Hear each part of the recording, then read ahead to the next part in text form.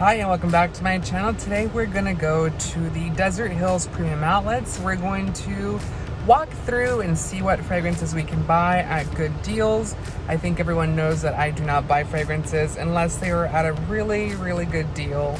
And then sometimes if it's a really fantastic fragrance, I will go out and splurge for it, but that's typically not the case anymore. So let's get right into it and see what great prices and great deals we can find here at the Desert Hills Premium Outlets.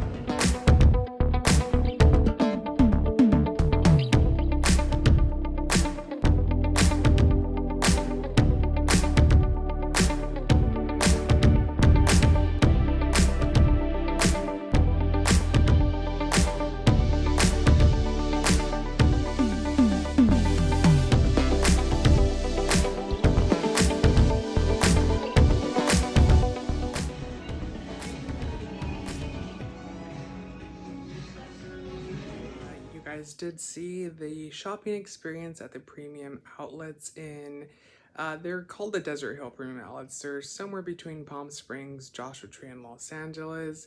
They do have a lot of luxury stores, so they have like Fendi, Valentino, Prada, Gucci.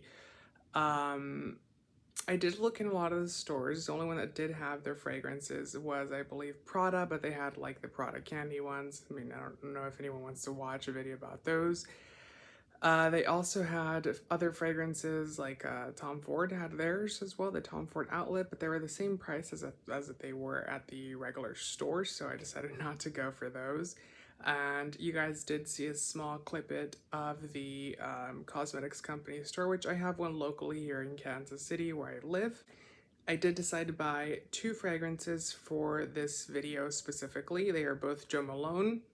I kind of went in with the expectation that I would find fragrances such as Frederic Malle, Killian, and a lot of Tom Fords. They did have Tom Fords, but they were all the ones that I've already reviewed and I've already purchased, so there was no need to buy them again. And the ones that I did get were these two guys. So these two are in these different bottles for Jo Malone. So they didn't have any of the traditional Jo Malone ones with the regular silver top. These are more of the feminine range from what I've heard and researched. They are kind of cute looking. They're kind of cheap looking bottles too, though, because they're just glass and, some cheap hollow plastic tab. It's not magnetic. You can hold it from the top, but there's nothing special about it. The thing about Jo Malone as well, if you haven't ever purchased anything from the brand itself, they don't come with boxes unless you buy them at the Jo Malone store.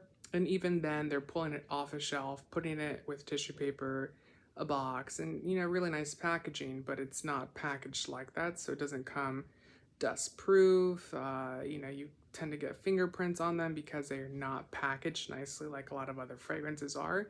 So if packaging is a big thing to you, Jo Malone's not going to be your one.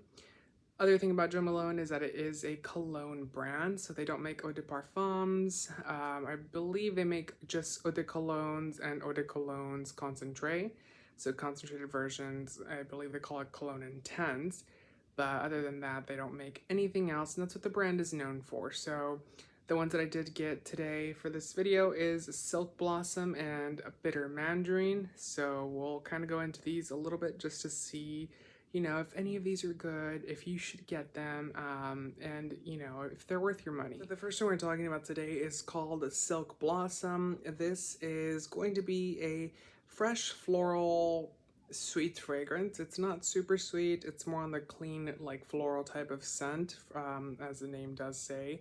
It's supposed to be inspired off of silk blossom. So this fragrance is nice. I'm not saying that either one of these is a bad fragrance per se. Now, the only thing that my gripe is about these fragrances, and in particular with this one, is that I have smelled this before with other brands. I can't, pinpoint exactly which one, but this smells very generic. It smells so generic that I would say it kind of smells like something that you would get from Bath and Body Works in a lotion or in a candle of some sorts. And while that's not necessarily a bad thing, these do retail for quite a bit of money. So I believe they're $130 for a 1.7 ounce, which is the size of this guy. And it's quite disappointing. You know, the notes on this are going to be apricot, heliotrope, and moss at the top. And at the base, you're going to have silk tree blossom as well as black pepper. So the fragrance itself, like I said, it's going to be a very light, sharp, kind of, you know, floral citrus type of fragrance. It's nice. It's clean. You really get the apricot at the top. And heliotrope is very prevalent in this. The, you know, the background dancers to this fragrance would be like the moss in here as well as the pepper. You know, those are not prevalent notes in here, but they are in this, and I'm assuming the one that's supposed to be the most prevalent in this is silk tree blossom. um I'm not too sure if that's a very common perfuming note. I don't know if you can really pinpoint what silk is supposed to smell like, you know, but I can kind of get the vision for this, and I would say that this is a nice fragrance. It's very feminine. The projection on this and the longevity on this is not going to be the best, just due to the fact that it is a cologne. And I would say that this one, you know, falls, like I said, on the more generic spectrum. Some people might like it. You know, I decided to wear, I believe it was the other day, and it did get compliments. So it does get compliments. It is likable. It is a happy fragrance, but it's not a fragrance that necessarily is going to, you know, rock your world and make you think, oh my God, this is like the best purchase I've made in a long time. And that's the sad thing about Jo Malone. I feel like they were very innovative whenever they first came out, and then they kind of changed. And I think that happened when Lauder bought them, and you know, they're not making the best things anymore. Like I said, in this packaging is just very cheap. And I know that they've made these transparent, you know, lids that are like yellow, green, red, orange. And I'm not sure. I'm not a really big fan of this. You know, Estee Lauder does know how to make packaging. I mean, if you look at Tom Ford, Zegnia, Killian, you know, they can make good packaging, so I'm not sure why they're treating this brand like they are currently, but I would definitely say that this is a good fragrance. I do recommend it if you are into those type of fragrances. If you are wanting to buy it at, you know, discounted price, I would say go ahead and get it, but I would not buy it full price by any means. By the way, this was launched in 2014, and like I said, it retails around 120 to 150, but if you get it at the cosmetics company store, they are 50% off if you spend a certain range. If not, they're just 40% off, but it's pretty easy to get to that, you know, 50% off mark. The next one that we have here is Bitter Mandarin. Bitter Mandarin is a fairly new fragrance. It was launched in 2022, so it's just launched and it's already at the outlet, which doesn't speak very well, does it? I would say that out of both of these, this is the one that I like the most. I feel like it's a lot cleaner, it's a lot sharper.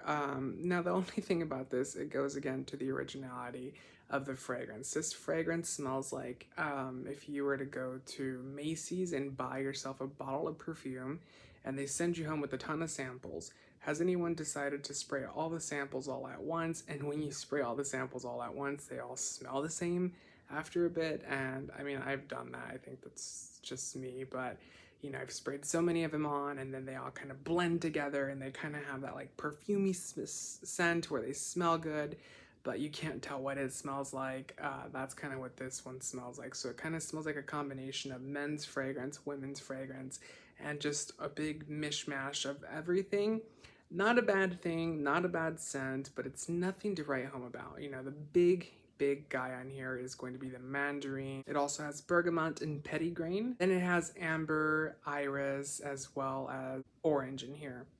Now, the amber in here is not going to be a very like soft and warm amber. It's a very, you know, cold amber, if that makes any sense. So typically what I mean by that is that it's not going to be something that you would think of like amber nuit or, you know, other fragrances that are big amber centric, but it is a good scent.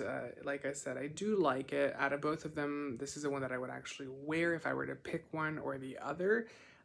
This one is more versatile. Again, it's not original. It's not going to be something that you're going to be like, wow, you know, right back home about, but I would definitely say that it is worth buying if you can find it, you know, and if it is discounted at the price that you're getting it, I mean, I would say definitely get it. Now, something about the actual line, they actually also had Sea Daffodil, which is one that I actually thought I had purchased. I thought that one was a really nice scent, and I did not end up getting it. But this range, like I said, it's a little disappointing. I hope you guys, you know, go and smell it first if you actually are interested in smelling it. You know, they're nothing bad. Like I said, I don't usually like to bash fragrances, and I try to find something good about them, but I like to be honest about what I am, you know, telling you guys, because I have purchased, you know, brands and purchased fragrances just because of the label. You know, you think, oh my God, Killian, so you go and buy it, you know, because it's so hyped, and you just make yourself like it and you don't like it. And that's not what we should do, because at the end of the day, you're the one that's smelling it the most. You're the one that's buying it. Your hard earned money goes into it, and you should not be wearing things that you don't like. You know, if you like it, you like it. If you don't, you don't. And these definitely are not fragrances that I would say are the most iconic thing. And, you know, to say, you know, Joe Malone does have some really nice fragrances that are, you know, very light and fresh. Like, they have Blush Peony and, you know, Red Roses, but these are not it. So I would definitely skip on these.